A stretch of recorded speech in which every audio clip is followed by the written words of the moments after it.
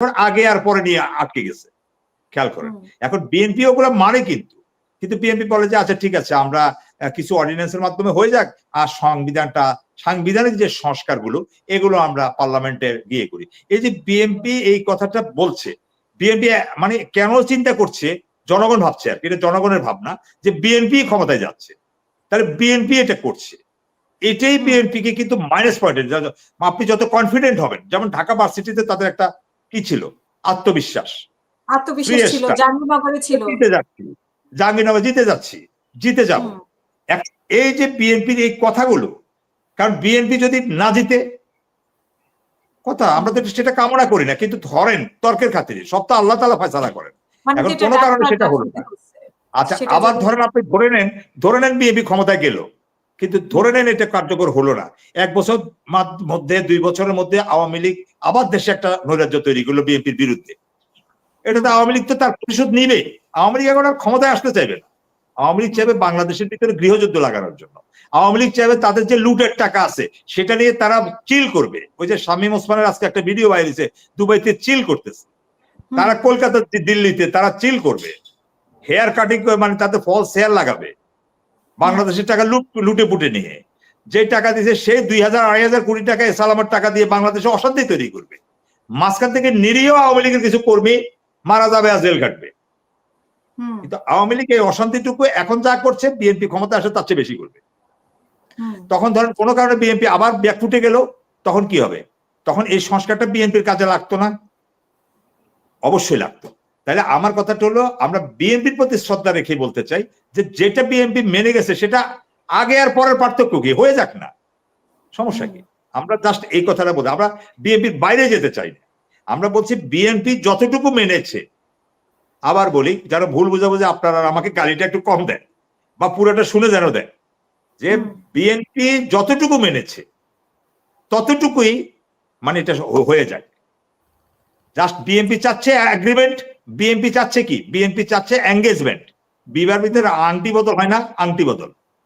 আর অন্যান্য রাজনৈতিক দল এবং তারা চাচ্ছে কাবিনটা হয়ে যাক, আটটা হয়ে যাক, ফিনিশ কথা, এটা ইজি। তাহলে ওরা বলতেছে যে ঠিক আছে এঙ্গেজমেন্ট, কিন্তু এঙ্গেজমেন্টটা যে কোনো মুহূর্তে আমাদের সমাজে বিট্রেবল, বিচ্ছিন্ন হতে পারে। কিন্তু আপনার কাবিন এবং যদি আপনার বলে সেখানে কি ডিভোর্স হয়, কিন্তু তারপরে একটা সেতুবন্ধনটা মজবুত থাকে। মানে যেরকম তখন আত্মীয়তার ভিতরে, মা বাবার ভিতরে একে অপরের প্রতি আস্থা তৈরি হয়, কাবিন এবং আর্থ হয়ে গেলে ইসলামের রীতি অনুযায়ী সেটা এঙ্গেজমেন্টের মধ্যে অতটা ভর করে থাকা যায় না। ঠিক আপনি ওইটা যদি সংশোধনটা যদি আইনি ভিত্তি পায়, আইন আবার আপনি পরিবর্তন করে ফেলতে পারবেন ডিভোর্সের মতো, সেটা হয়তো সম্ভব। কিন্তু তারপরে জনগণ একটা স্বস্তি পাবে, কমফোর্ট জোনে থাকবে যে না ঠিক আছে মোটামুটি একটা সেটেলমেন্ট তো হয়েছে, এটাই। গ্যাপটা খুবই কম, বার্গেনিংটা বেশি, ফোকাসটা বেশি। মানে এখন ওনারা সংস্কারটা আসলে শেষ পর্যন্ত মানুষকে 11 মাস পর্যন্ত পরে কি দেখাবেন, যে ওনারা যে নিজে থেকে কিছু না করে, ওনাদের উচিত হলো এই সংস্কার কার্যক্রমের মিটিং টিটিং যতগুলো দেখাচ্ছে এগুলো বন্ধ করে দেওয়া।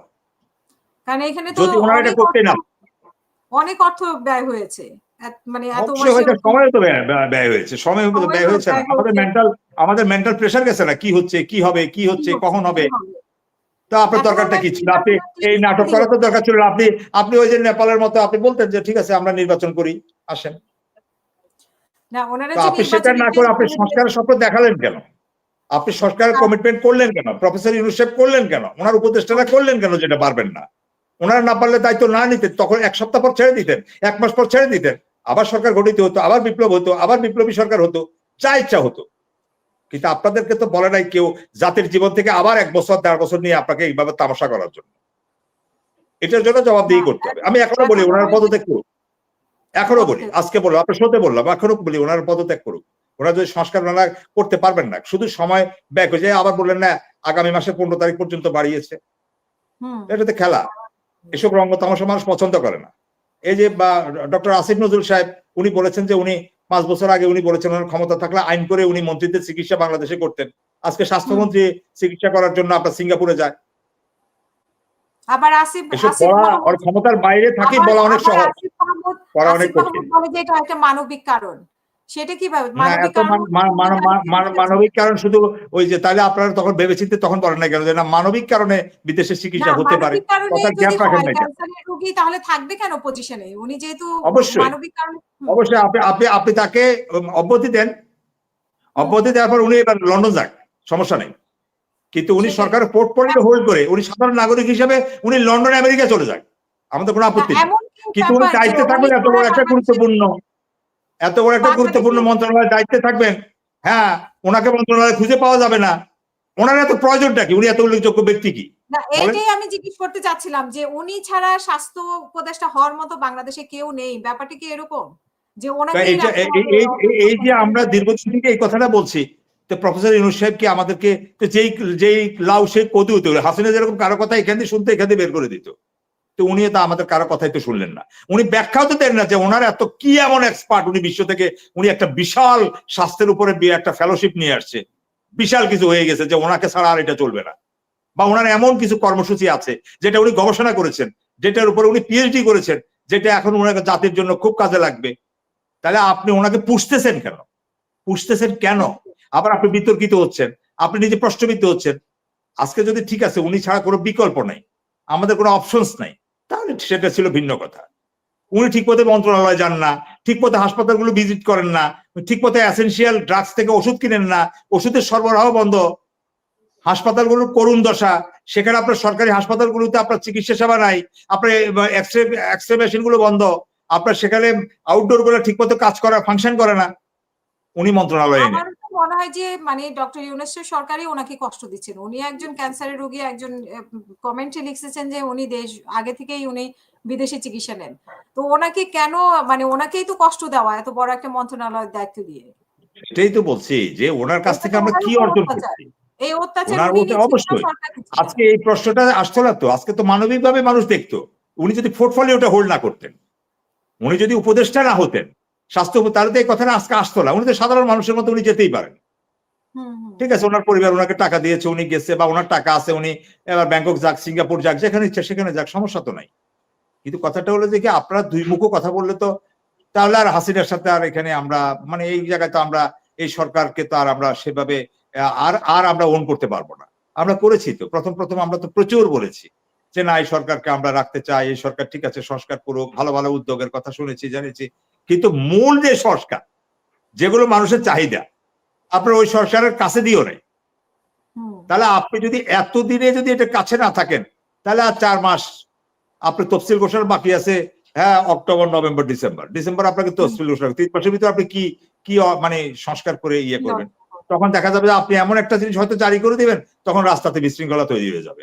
কোন দল বলবে মানি, কোন দল বলবে মানবো না। তাহলে আপনি মানে কি মানবো না এটা যদি খেলতে হয় আগেই খেলেন। ট্রাম্প কার্ডটা লাস্ট নির্বাচনের আগ মুহূর্তে খেলবেন কেন? তারা তো নির্বাচনকে বানচাল বা কিছু করার জন্য প্রশ্নবিদ তারা তো থাকতে পারবে না, এটা তো আমি আপনাকে আগেই পর্বে আমি বলেছিলাম।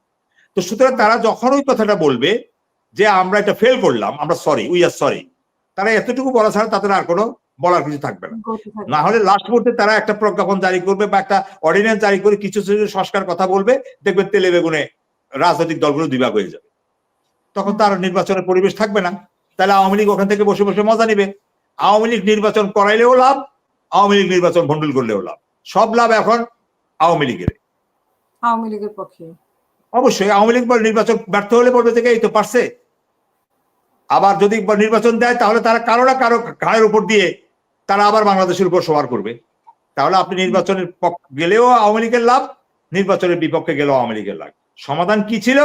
ওই যে আমাদের সেই পুরানো কথা, আপনি এখন আবার হাসবেন আমি জানি, ওই যে জাতীয় সরকার। সেই শুরু থেকে যদি সেটা থাকতো, সব দলগুলোর প্রতিনিধি থাকতো, সবার বক্তব্য থাকতো, টার্গেট থাকতো যে না আওয়ামী লীগের বিচার করো। আর আমরা যে সংস্কারগুলো করতে চাই এগুলো ক্ষমতা বিএনপি থাকতে পারতো। বিএনপির 25 জন উপদেষ্টা হলেও এই দেশের জনগণ সেটা মেনে নিত, 25 জন উপদেষ্টা হলেও। সেই মুহূর্তে তাহলে বিএনপি তো প্রয়োজন, ওই বিএনপি পুরোটা বিষয় কি চিন্তা করছে, কি চিন্তা করে ওখান থেকে সরে আসছে আমরা জানি না।